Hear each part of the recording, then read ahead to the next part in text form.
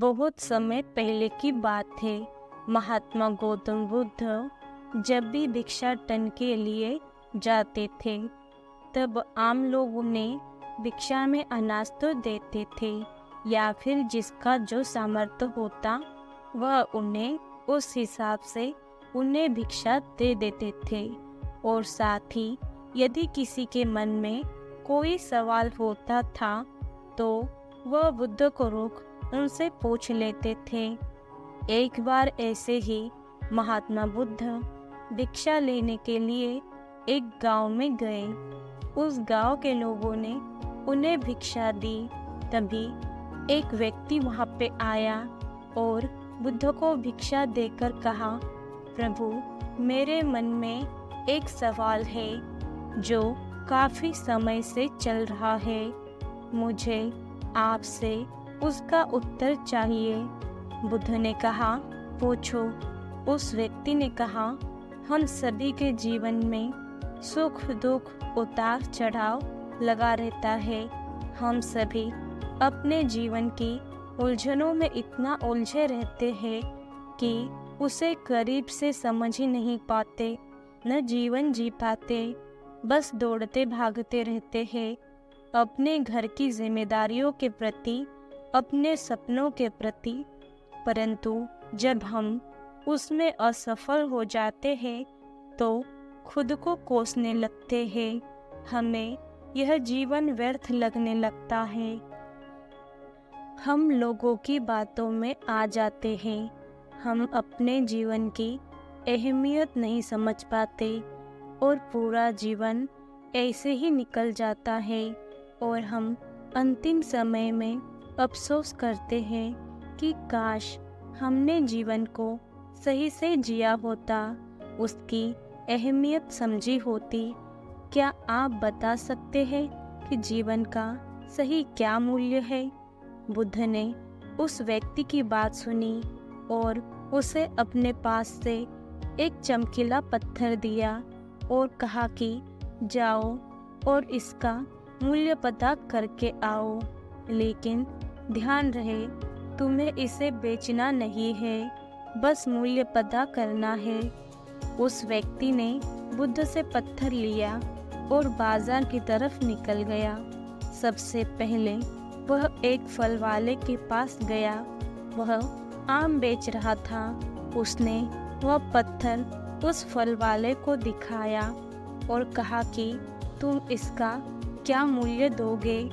फल वाले ने चमकीला पत्थर देखा और वह उसे पसंद आ गया।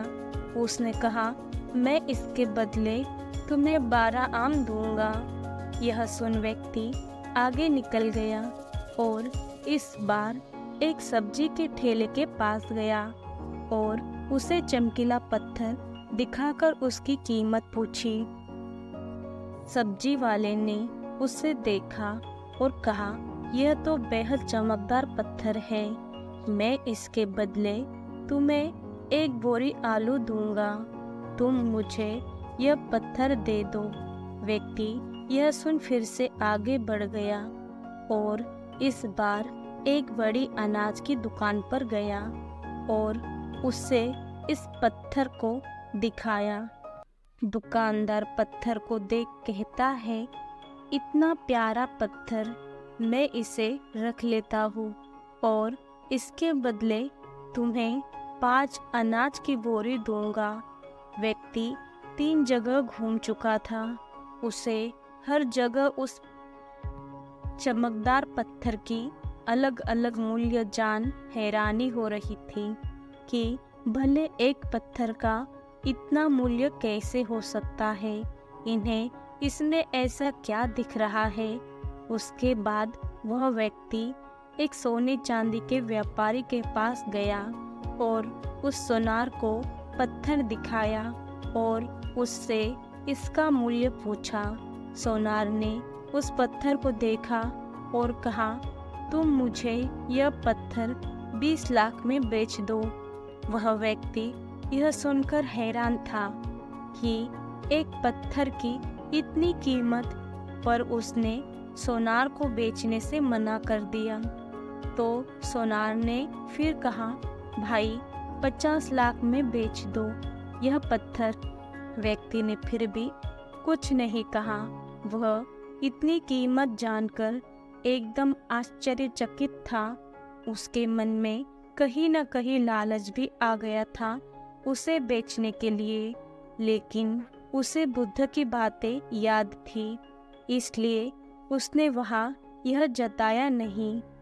फिर सोनार ने खुद कहा, तुम ही बता दो इसकी क्या कीमत तुम लोगे। उसने कहा कि मुझे माफ़ करे, मेरे गुरु ने इसे बेचने से मना किया है। और यह कहकर वह आगे चला जाता है। आखिर में वह व्यक्ति एक जौहरी के पास पहुंचता है। जौहरी उस पत्थर को देख उसे रूबी के रूप में पहचान लेता है। उसने उस पत्थर के सामने एक लाल कपड़ा बिछाया और उस बेशकीमती रूबी की एक परिक्रमा लगाई और माथा टेका। फिर जौहरी उस व्यक्ति से पूछता है, कहाँ से लाए भाई ये बेशकीमती रूबी?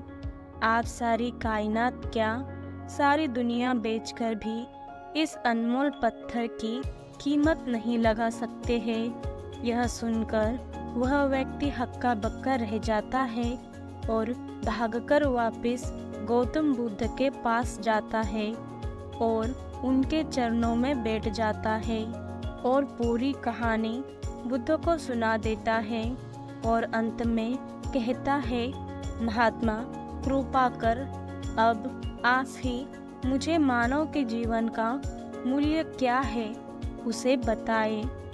बुद्ध उस व्यक्ति को उठाते हैं और मुस्कुराकर कहते हैं कि वो फल वाला जो आम का व्यापारी था, उसने पत्थर की कीमत 12 आम लगाई।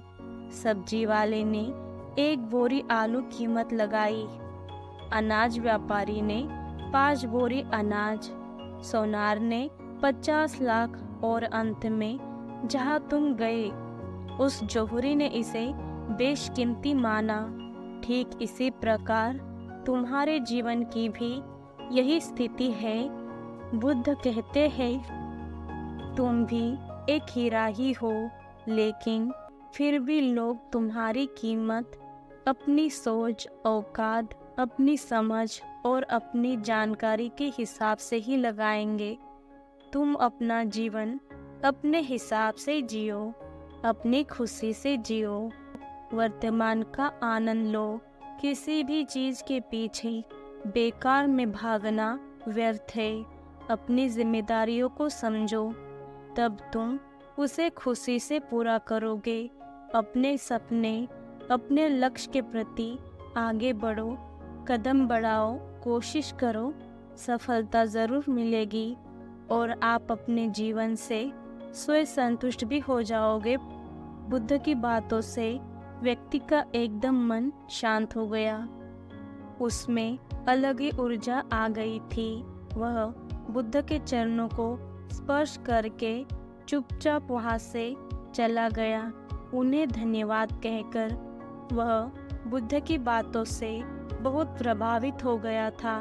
उसे आज अपने जीवन का मूल्य समझ में आ गया था। अब वह अपना मानवीय जीवन श्रेष्ठ कार्य में लगाना चाहता है। दोस्तों, हमें भी अपने जीवन और प्रतिभा का मूल्यांकन खुद करना चाहिए और पूरे आत्मविश्वास के साथ कोई काम करना चाहिए। अपने जीवन में हर वक्त शिकायत करने की जगह जो है उसी में अपनी खुशी देखनी चाहिए।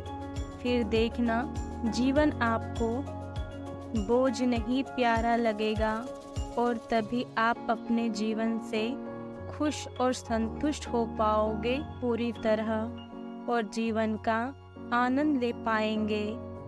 अब यह आपको तय करना है कि आप खुद को कैसा बनाना चाहते हैं, 12 आम लायक कामयाब या फिर बेशकीमती हीरा। यह निर्णय केवल आपका है, आप खुद लें। दोस्तों, क्या समझा आपने इस कहानी से?